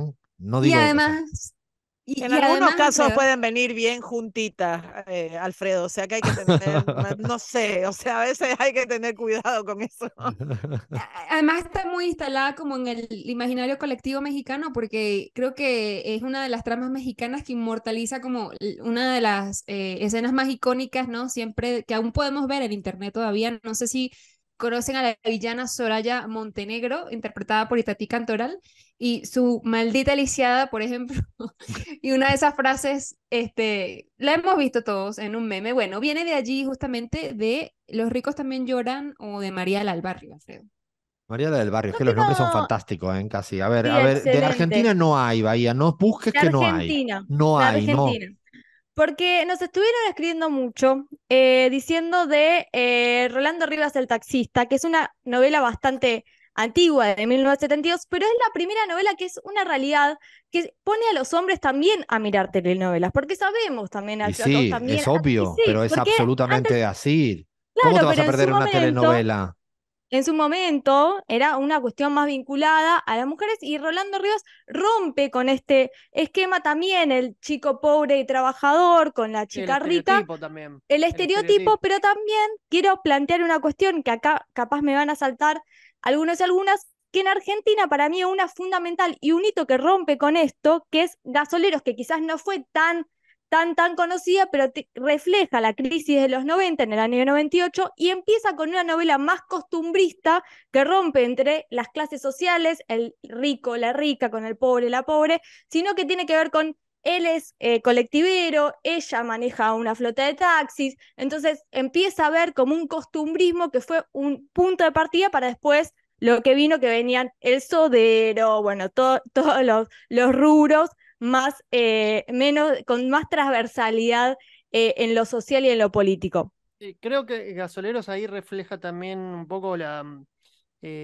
forma de vida, incluso también las pautas de consumo de una clase media argentina de los 90, bastante venida a menos, pero es muy interesante ver ese enfoque que le dan en la construcción de los personajes. Digo, me acuerdo que estaba el hijo de ellos que tenía una banda de rock que se llamaba La Terminal, digo, y la banda de rock barrial en Argentina, particularmente en Buenos Aires, es algo muy, muy típico de los años 90. Esa ya vi que Leandro se reenganchó, por lo que le estoy notando Porque aquí. la veía de verdad. De esa Por eso, novela por salió eso, por Jimena eso, por Barón. eso. No sé si recuerdan. Muy, Ay, muy ay, ay. chiquita era. Hacía de hija de Juan Leirado y Mercedes Morán. A ver, Creo estamos que sin tenía tiempo 12 ya. años. Me está diciendo, creo que aquí que estamos ya casi, nos falta poco, pero yo pido ya, a ver, No, alguito dice que más, todavía falta, dice que alguito todavía más, falta. alguito más, alguito más. Parte 2. No, yo a ver, de México que no terminé, porque es que nuestros oyentes millennials están pidiendo a gritos que hablemos de alguna de nuestra época, por ejemplo, Rebelde. O sea, no podría yo irme sin nombrar a Rebelde porque, Alfredo, no sabes cuál es Rebelde, No, no tampoco. sé, no sé, no sé. Soy tan La millennial copia que... de Rebelde Way. Exactamente, mucho más ¿Qué exitosa, dices? Y la deberíamos copia también de mencionar. quinceañera, que es más antigua, perdón, chicas, van a disculpar. La copia de quinceañera. ¡Quinceañeras! ¡Ay, ¿y esa Quinceañeras de no dónde sé es? cuál es, pero Rebelde Way era Argentina, un exitazo, y Rebelde es la copia, que si no me equivoco después tiene la banda de Rebelde, ¿no? Si quieren, Gaby, les Copia Tal canto la cual. mexicana. canción de quinceañera. ¿de qué Cantada, país? cantada. Ahora despierta la mujer que en mí dormía. Paren esto, por favor, os lo pido. O sea, no era Gabriela Montaño, se le ha colado, se ha habido el momento exorcista que le ha llegado a alguien ahí. O sea, esto es de verdad, es que no. Bueno, cantamos y soy rebelde también. O sea, O sea, es la mejor canción de un todas. momento música, de verdad. Este momento telenovela música, esta Rebelde ahora la tengo que Hay ver. pasión acá, Hay pasión, Alfredo. está muy bien, está muy bien. A mí eso. Hay Pero pasión para por Cris, porque las telenovelas. como fanática yo era abonada al Canal de las Estrellas, lo veía muchísimo más que las novelas argentinas. Había muchas novelas, y creo que me dan la razón acá, infantiles. Yo vi Vivan los niños, Carita de Ángel, o sea, novelas que eran para más chiquitos, ¿no? Cómplices al Claro, rescate con Belinda. Belinda salió en todas estas. Alfredo está un poco perdido y No, yo tomamos no, acá no. la A mí batuta, el mando. si ustedes quieren ver una persona como más o menos despistada, nada más que me tienen que ver ahora en YouTube porque todo me está sonando a chino mandarín. O sea, además lo interesante es que todos se entienden. Es como, me pasaba lo mismo con los amigos hablando de coche. No entendía nunca nada y estaba en medio. Pues hoy tengo el mismo momento con las telenovelas. Ni una, ni Alfredo, yo a una. vos te recomiendo El Juego de la Vida, que no sé si la tienen alguno o alguna, es una telenovela mexicana de unas chicas que jugaban al fútbol en la preparatoria. No me Eso te digas, la está recomiendo. buenísimo. ¿Cómo se llama esta? Te la anoto ahora Fútbol mismo femenino, yo. El Juego de la Vida. Está bueno, está bueno. A ver, Bahía.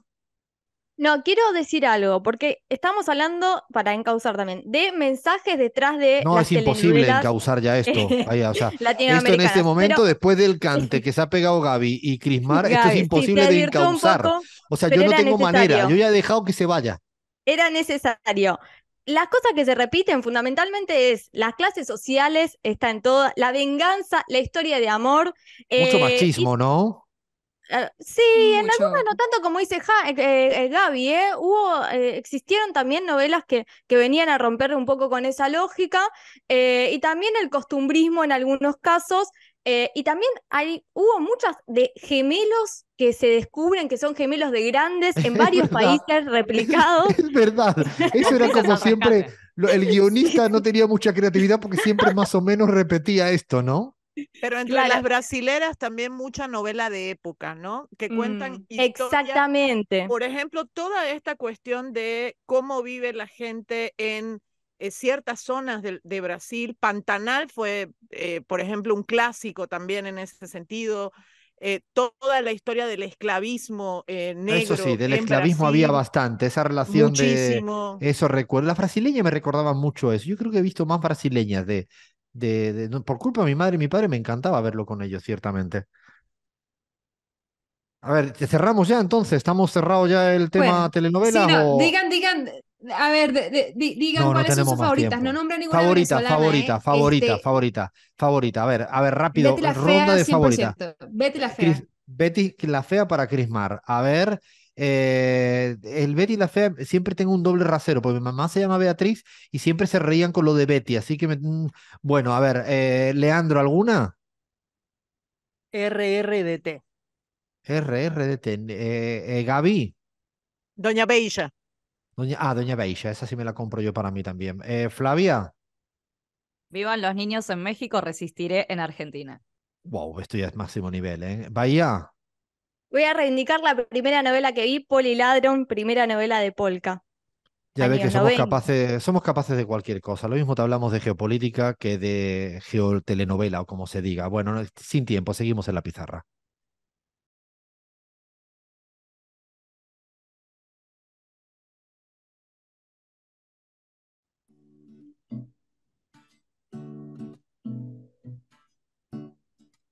Esto no lo calma hoy ni la musiquita de Drexler. O sea, ni la música de Drexler nos puede hoy bajar la adrenalina telenovelera. Yo no la de la Beija, y te dije antes, la de los ricos también lloran, o como decía Bahía con el nombre ese tan raro que los ricos un día a lo mejor se ponen tristes y puede ser que no sé cómo se dice eso. Bueno, vamos a parar el tema telenovela. Dejamos abierta quizás para otro momento, pero bueno, el programa se nos va volando, ¿eh? ¿Cómo se nos va volando el programa? Madre mía de mi vida, que esto corre, corre, corre. Primero hay que decir, Flavia, por dónde nos pueden seguir escribiendo, proponiéndonos temas, censurándonos temas. No creo que le hagamos caso, pero pueden intentarlo. No diciendo cosas, los clubs de fans, los clubs de odiadores. O sea, ¿por dónde nos pueden escribir? Estamos en Twitter como @lapizarra.oc, Instagram y Facebook como Radio La Pizarra. Nos pueden encontrar en YouTube, también en twitch.tv/Alfred Serramansi. Estamos hasta en la sopa, ahí pueden ver ya incluso por YouTube, como recomendamos la entrevista con Claudia Sheinbaum, que creo que merece la pena verla con calma. Y no podemos decir que todo el que viene a nuestro programa de radio acaba siendo candidato o candidata o gana, porque también tuvimos a Marcelo Ebrard y sería muy falso. También pueden verlo, la entrevista con el propio Marcelo Ebrard. Bueno, por otro lado, Lean, le tenemos que dar las gracias un montón a una lista interminable que hace posible que nosotros y nosotras con esta travesura pueda seguir saliendo al aire. Así es, Alfredo, le agradecemos a Fernando Saninelli que estuvo en la edición de sonido, Iván Soler en la edición de video, Sebastián Merani en la operación técnica de Radio 10, Cristina Chiesa en la producción, Nacho Ferreira en el streaming de Radio 10. Sigan escuchando Radio 10, que ahí llega Pablo Ladaga. Bueno, espero que hayan disfrutado tanto como nosotros y nosotras, que la pasamos muy bien, tanto hablando, nos faltaron más cosas, queríamos hacerle algún especial lo que viene pasando en el continente africano, lo tenemos pendiente, lo tenemos en deuda, pero queríamos hablar de México, queríamos hablar de Colombia, tenemos pendiente hablar de Ecuador, tenemos pendiente de muchas cosas y eso significa que vamos a seguir amenazando. Somos La Pizarra y hemos venido para quedarnos.